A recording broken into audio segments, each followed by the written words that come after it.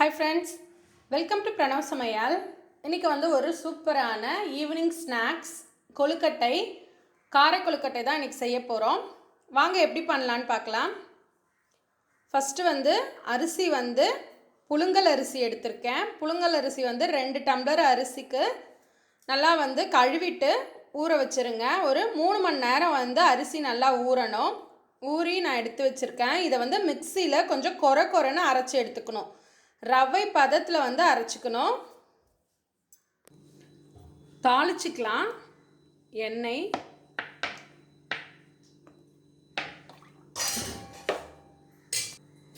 எண்ணெய் சூடானதும் கடுகு உளுத்தம்பருப்பு 1 டேபிள் ஸ்பூன், கடுகு நல்லா வெடித்ததும் 2 டேபிள் ஸ்பூன் கடலைப்பருப்பு. கடலைப்பருப்பு நல்லா வதங்கினதும் கருவேப்பிலை, ஒரு சின்ன பீஸ் இஞ்சி, ஒரு 4 காஞ்ச மிளகாவை பொடிசாக கட் பண்ணி சேர்த்துக்குங்க.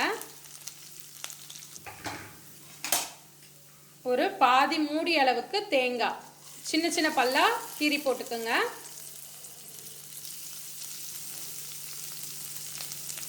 ரெண்டு பெரிய வெங்காயம் பொடிசாக கட் பண்ணி சேர்த்துக்கலாம். நல்லா பொன்னிறமாக வதக்கிக்கணும். மாவு அரைக்கும் போதே வந்து உப்பு சேர்த்துருக்கேன்.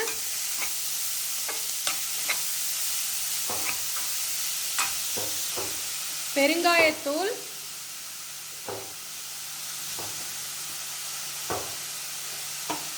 இது எல்லாத்தையுமே போட்டு நல்லா பொன்னிறமாக வதக்கி எடுத்துக்கலாம். நல்லா வதங்கிடுச்சு. இதை வந்து ஒரு பிளேட்டில் எடுத்துடலாம்.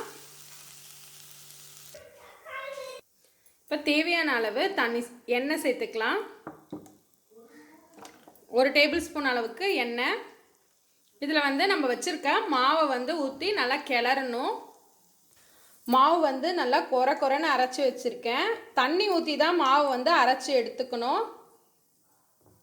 கொரன்னு இருக்கணும், அப்போ தான் நல்லாயிருக்கும். ரவை பதத்தில் இருக்கணும். இதை வந்து எண்ணெயில் சேர்த்து நல்லா கிளறி எடுத்துக்கலாம். இந்த மாதிரி நல்லா போட்டுட்டு நல்லா கிளறிக்குங்க.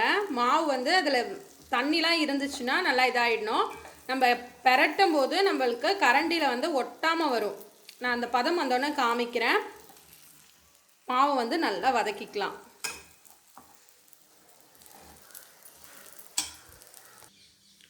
மாவு வந்து இந்த அளவுக்கு நல்லா வந்துடணும். நம்ம வந்து கரண்டியில் இது பண்ணும் போது கரண்டியில் ஒட்டாமல் வரணும். இந்த பாத்திரத்துலேயும் வந்து ஒட்டி இருக்கக்கூடாது. அந்த அளவுக்கு நல்லா தண்ணியெல்லாம் போயிடணும். இப்போ நம்ம வதக்கி வச்சுருக்க வெங்காயத்தை எல்லாத்தையுமே சேர்த்துக்கலாம். வெங்காயம் எல்லாமே சேர்த்துட்டேன். இதை வந்து நல்லா கிளறி எடுத்துக்கலாம். ஸ்டவ்வை வந்து ஆஃப் பண்ணிவிடுங்க. ஆஃப் பண்ணிவிட்டு நல்லா கிளறி எடுத்துக்கலாம். இதை வந்து நல்லா ஆற வச்சுருங்க. நல்லா ஆறுனதும் நல்லா பிசைஞ்சிட்டு அதுக்கப்புறம் வந்து பிடி கொழுக்கட்டை மாதிரி நம்ம பிடிச்சு ஆவியில் வச்சு வேக வச்சு எடுத்துக்கலாம். இப்போ வந்து லாக்டவுனாக இருக்கிறதுனால ரொம்ப எண்ணெய் பொருள் வந்து நம்ம வீட்டிலே இருக்கும் போது ரொம்ப எண்ணெய் பொருள் வந்து எடுத்துக்க வேண்டாம். இந்த மாதிரி ஆவியில் வச்ச ஐட்டம்ஸ் எல்லாமே வந்து செஞ்சு சாப்பிடுங்க. ரொம்பவே டேஸ்ட்டாக இருக்கும். பெரியவங்களுக்கு குழந்தைங்களுக்கு எல்லாமே ரொம்ப ஹெல்த்தியானது.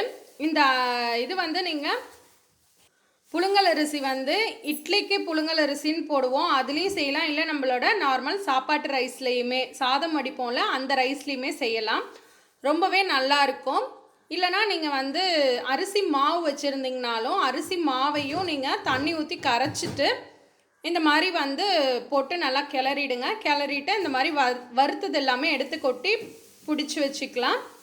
2 இதுலேயுமே செஞ்சாலுமே ரொம்பவே டேஸ்ட்டாக இருக்கும். இதுலேயும் உங்களுக்கு சுகர் போட்டு வேணும் அப்படின்னா வெல்லமை வந்து நல்லா கரைச்சிட்டு வெள்ளை தண்ணியில் வந்து இந்த மாவை ஊற்றி நல்லா கிளறி அதுலேயுமே தேங்காய் பூ போடலாம். தேங்காய் பூ போட்டு ஏலக்காய் போட்டு பிடிச்சு வைக்கலாம். ரொம்பவே டேஸ்ட்டாக இருக்கும். ரெண்டுமே வந்து ட்ரை பண்ணி பாருங்கள். மாவு வந்து இந்த மாதிரி நல்லா எல்லாத்தையுமே கலந்து வர மாதிரி நல்லா பிசைஞ்சு வச்சுக்கோங்க.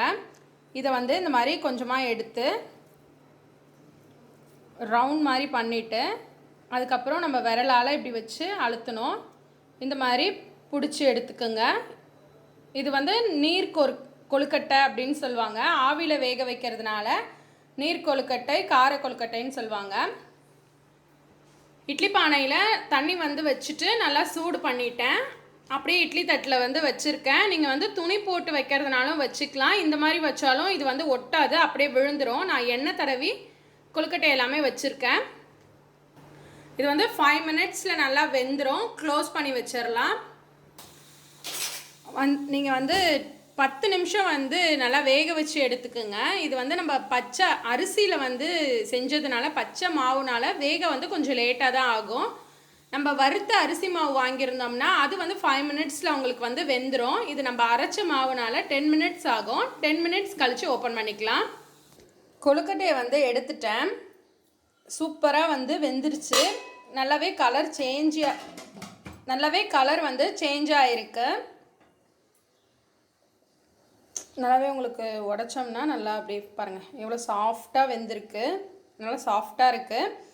நீங்களும் வந்து இந்த நீர் கொழுக்கட்டையை வீட்டில் ட்ரை பண்ணி பாருங்கள். ட்ரை பண்ணி பார்த்துட்டு எப்படி இருந்துச்சுன்னு கமெண்ட்டில் சொல்லுங்கள். என்னோட பிரணவ் சமையல் சேனலை ஃபஸ்ட் டைம் பார்க்குறீங்கன்னா சப்ஸ்கிரைப் பண்ணிக்கோங்க. மறக்காமல் பக்கத்தில் இருக்க பெல் ஐக்கானையும் கிளிக் பண்ணிக்கோங்க. தேங்க்ஸ் ஃபார் வாட்சிங். பாய்.